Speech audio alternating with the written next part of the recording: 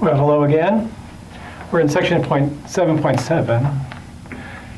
It's about the complex numbers. In this section, we'll define I, part of the complex number system, determine how to simplify the square root of minus a non-negative real number. We'll name some subsets of complex numbers. We'll add and subtract complex numbers. We'll multiply and divide complex numbers. And we'll look at the pattern you can use to simplify powers of I. Okay. To get started, here's the introduction. So what we're looking for is the ability to write down the square root of negative numbers. And that starts off with wanting to be able to write down the square root of minus 1.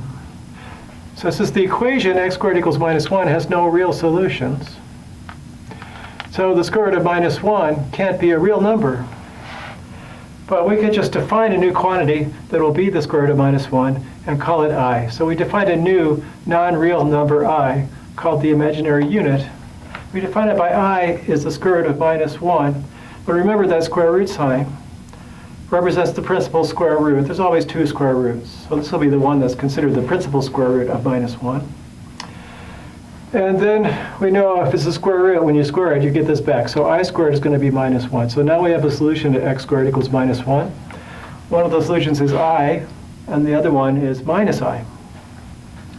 We append this new non-real number to the real number system, and that creates what's called the complex number system. And we'll see exactly what that looks like, but more or less it looks like a number system that has a real number and then plus a real number times I as its components.